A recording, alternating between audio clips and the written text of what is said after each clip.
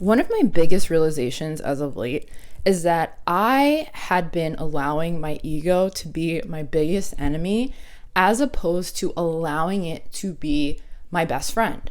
And what do I mean by that? Well, if you have a toxic relationship with your ego, whereby it is super insecure and always needs to be affirmed in every situation, otherwise it feels threatened, well, then that is going to put you in a cycle whereby you are always tiptoeing around the real issue because your ego can't handle the truth, all right? Versus if you have a secure ego and you understand that everything is not personal and your ego only wants to keep you safe, meaning it is going to get in the way when you're trying to make changes and you have to have an awareness of that beforehand, then when that crops up and your ego's like, no, you can see it for what it is and know that your ego is only trying to keep you safe because it doesn't know how to predict wherever you're taking it next. And for the longest time, I would stop myself every time I started to make a change because it was scary for me, because I didn't know what to expect, because I was comfortable where I was at, even if I didn't necessarily love the life that I was living, okay? And I think I have been thinking about this a lot lately because I started a new job, and while I do like it, I think there are aspects of it that are frustrating, which is the case with any job, let's be real here. But one of the things that I'm seeing is that I'm really recognizing how the fact that I had decided to not work for anyone for a few years has really set me back in a lot of ways, because now it's like I'm in the workforce, and it's been about 3 months since I formally got myself in. I started working at Free People at the very end of August. I was there for about 2 months, and then I moved into a new role, which is the one that I'm at right now, where I'm making more money, but I'm still part-time, right? Excuse me. And one of the frustrating things for me is I'm recognizing that I'm actually way more talented and skilled than I have been really showcasing throughout my entire professional life. And the first job that I ever got formally was a sales job at this design company when I was in San Francisco.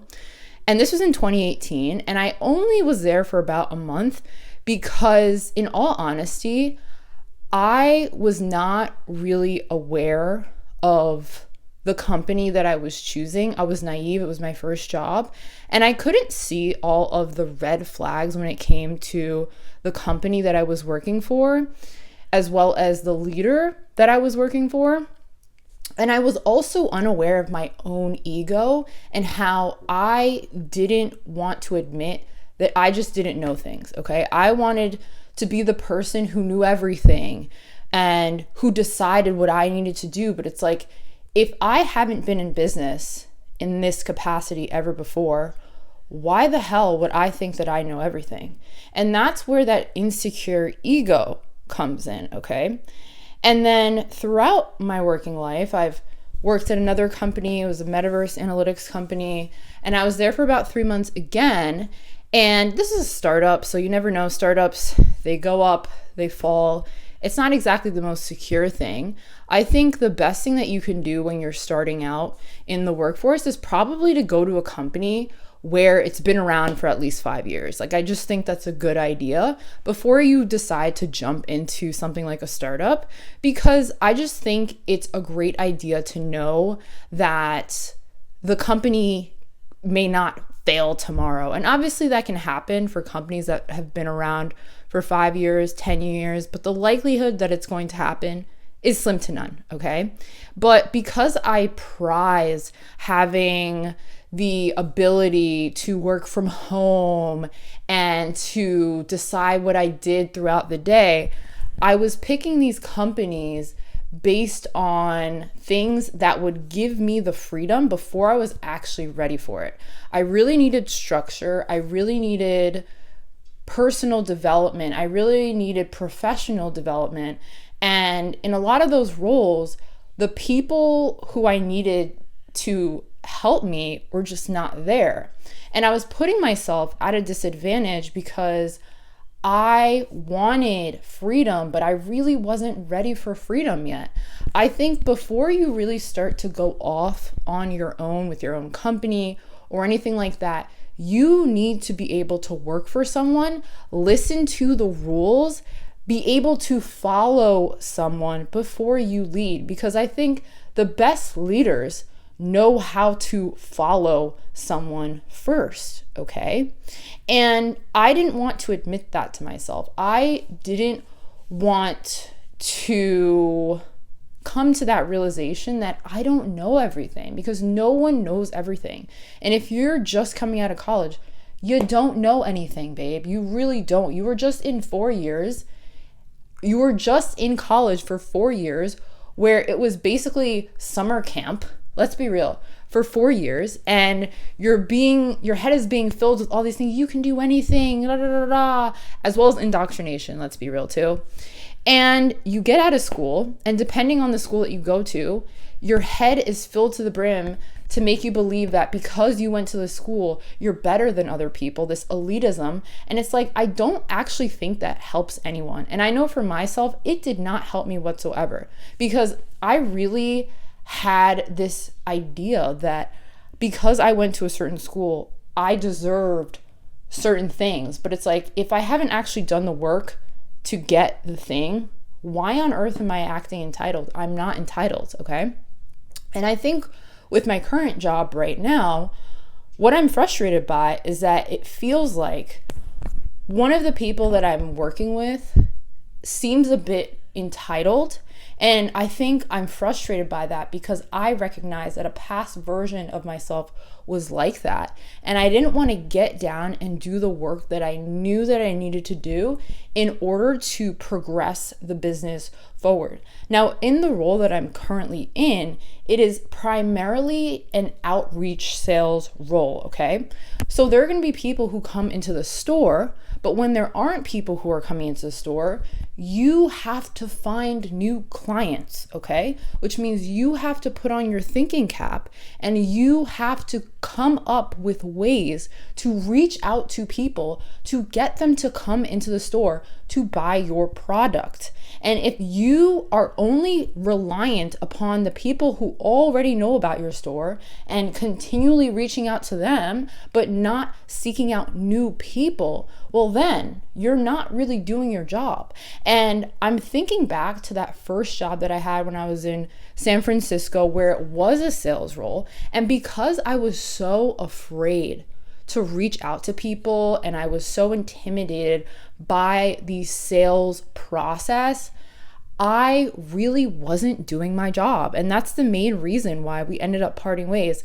Obviously, like the work environment was toxic, but I still wasn't really doing what I needed to do in order to get people in the door to buy our product. And if people aren't buying our product, why is there a need to pay my salary? There's not, okay? And this is the kind of reality check that I really needed at the time. And because I was so in my feelings, I wanted freedom. I wanted to be able to do whatever I wanted to do. I wanted everything to be fun. It's like sometimes things are not going to be fun at the moment. Sometimes you have to get down in the dirt and you have to do the work, okay? And when it comes to this position that I'm in right now, my major source of frustration is that I feel like this coworker is naive. And I don't think they realize that they're not doing what they're supposed to do, but it's also not my place to tell them that they're supposed to do that because I'm not the person who's in charge of them.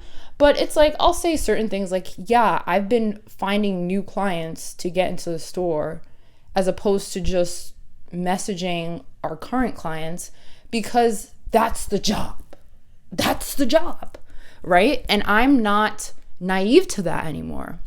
And I'm seeing how there's probably a strong likelihood that I will end up in this person's job because they're not taking the initiative like how they probably should if they're supposed to be the person who's my superior as a supervisor, And I can really see how far I've come as an individual, how far I've come as a professional. And look, I'm not saying that I'm better than this person or that I'm worse than this person.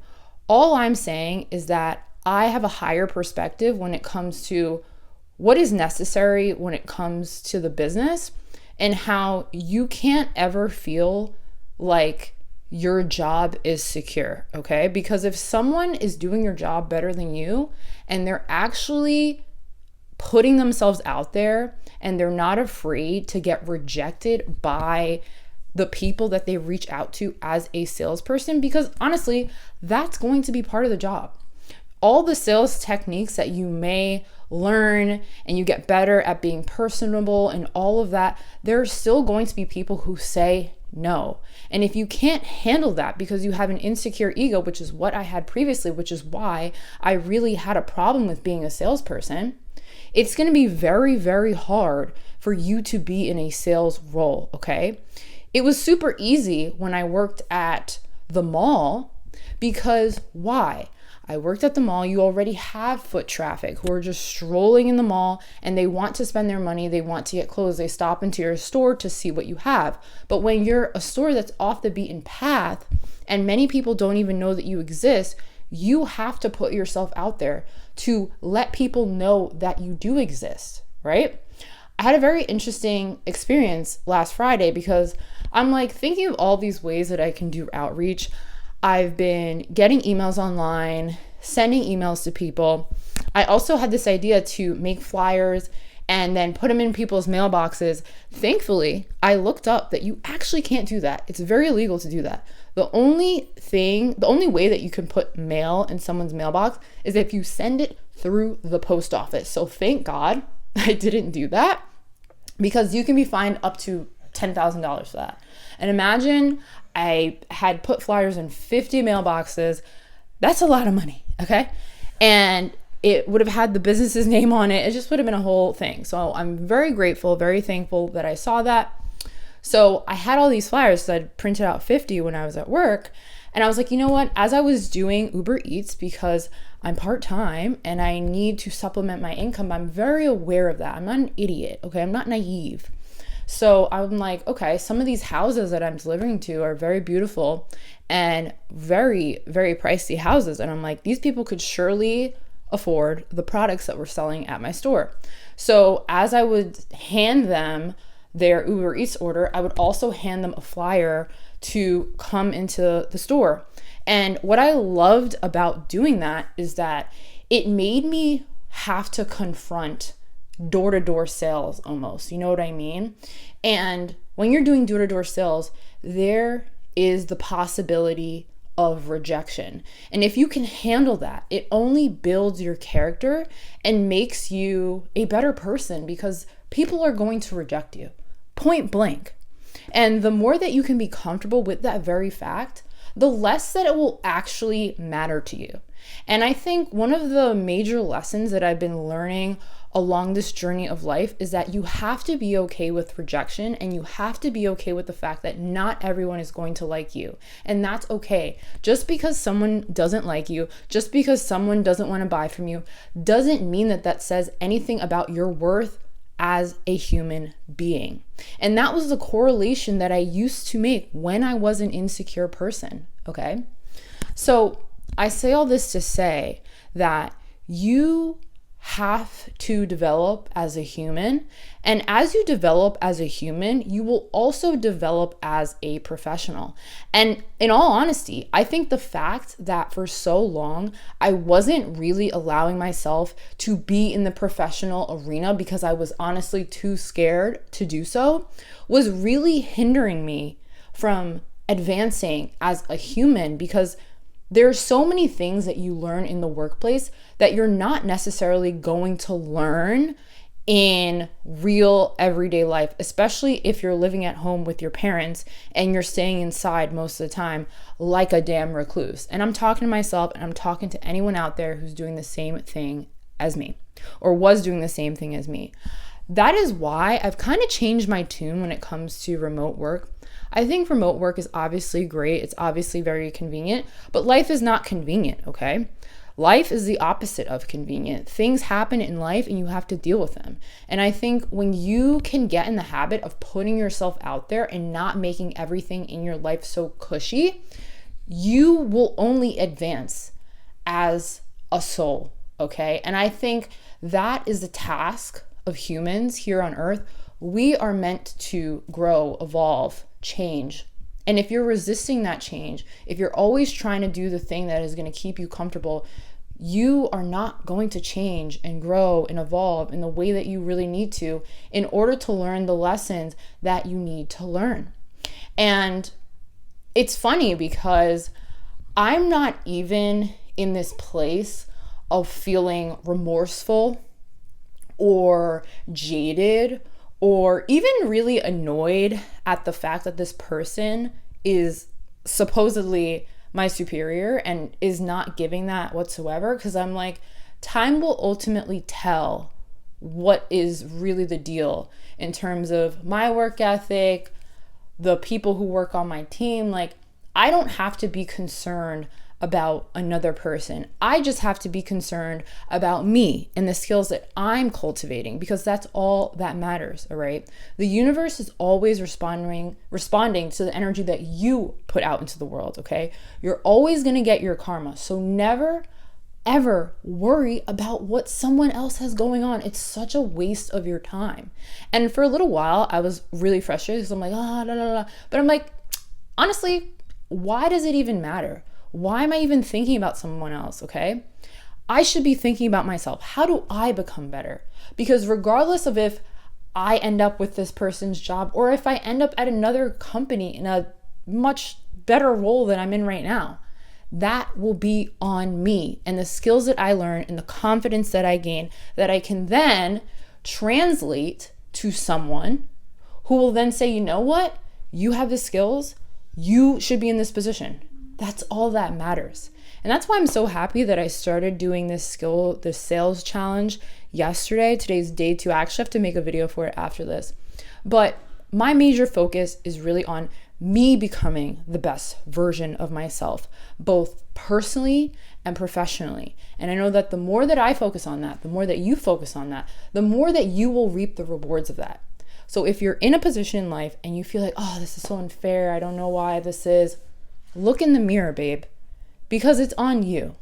You can argue with reality as much as you want, but at the end of the day, if you don't like where you're at right now, it's because of you. It's not because of anyone else.